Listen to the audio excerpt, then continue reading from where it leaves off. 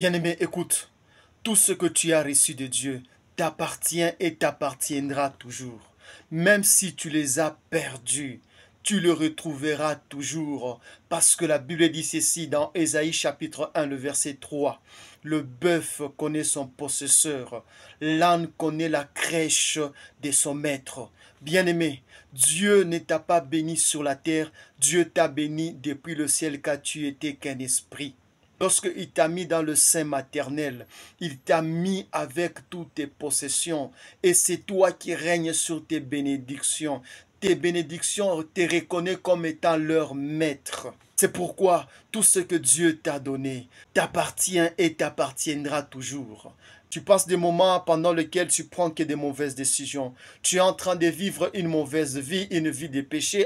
Tu as déjà donné ta vie à Jésus. Tu es en train de vivre dans le mauvais groupe et tu fais les mauvaises choses pendant ce moment.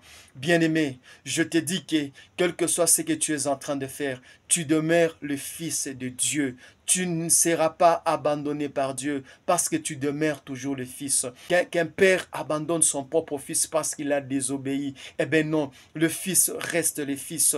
Même quand un homme est devenu fou, à sa mort, sa famille viendra toujours l'enterrer parce qu'il a toujours une famille. Il a désobéi en quittant sa famille. S'il meurt sur la route, sa famille viendra toujours le prendre pour aller le mettre dans un sépulcre où il va se reposer.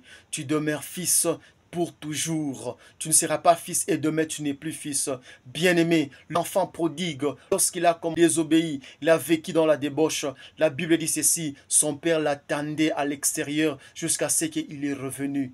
Bien-aimé, quels que soient les moments que tu passes de désobéissance, tu fais les mauvaises choses, Christ t'attend à la porte. Il faut que tu reviennes. Il faut que tu reviennes afin de ne plus vivre ce moment difficile de péché, ce moment où tu ne te reconnais plus. Moi, je te dis, Christ te reconnaît comme étant fils de Dieu. Il te reconnaît même quand toi, tu ne te reconnais pas. Si au-delà de tes péchés, tu as touché au fétiche, tu es entré dans l'occultisme, bien-aimé, là tu n'es plus fils de Dieu, parce que le fils de Dieu, il a un seul Père, mais toi tu t'es prosterné à d'autres esprits, tu viens d'appartenir à un autre Père, tu dois vite revenir à Dieu, parce que si tu finis dans cet occultisme, toi ta place après ta mort, c'est dans le feu éternel. Mais puisqu'il est encore temps, mais puisque tu es encore en vie, tu peux te repentir et venir chez le Père parce qu'il t'attend. C'est pourquoi il te parle. Il te parle en ce moment. Il dit que le bœuf connaît son possesseur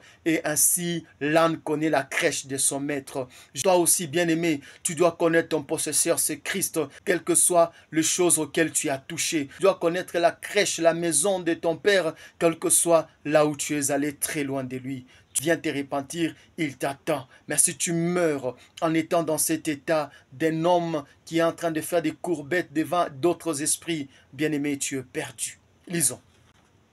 1 Samuel chapitre 14, le verset 20. Puis Saül et tout le peuple qui était avec lui se rassemblèrent, ils s'avancèrent jusqu'au lieu du combat. Et voici les Philistins tournèrent le paix les uns contre les autres, et la confusion était extrême.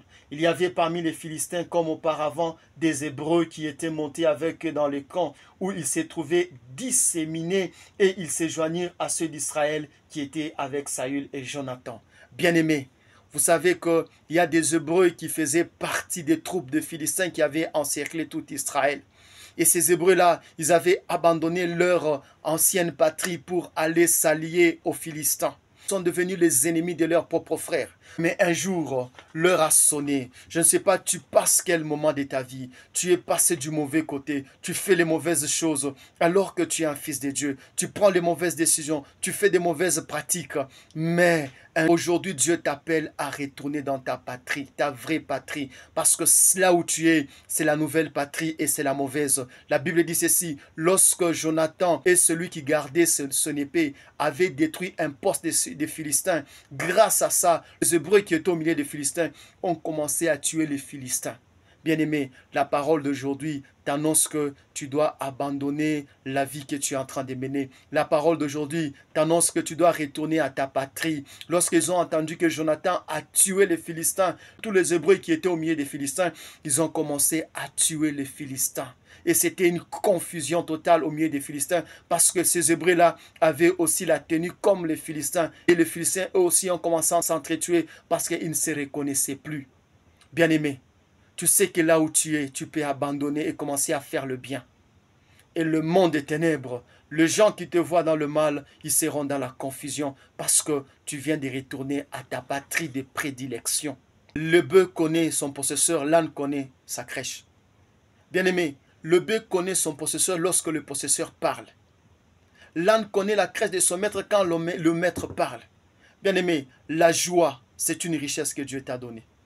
Si tu manques la joie, tu manques la paix, tu peux parler et l'âne, le bœuf viendra à son possesseur. Tu peux parler et l'âne reconnaîtra la crèche de son maître. Bien-aimé, parle.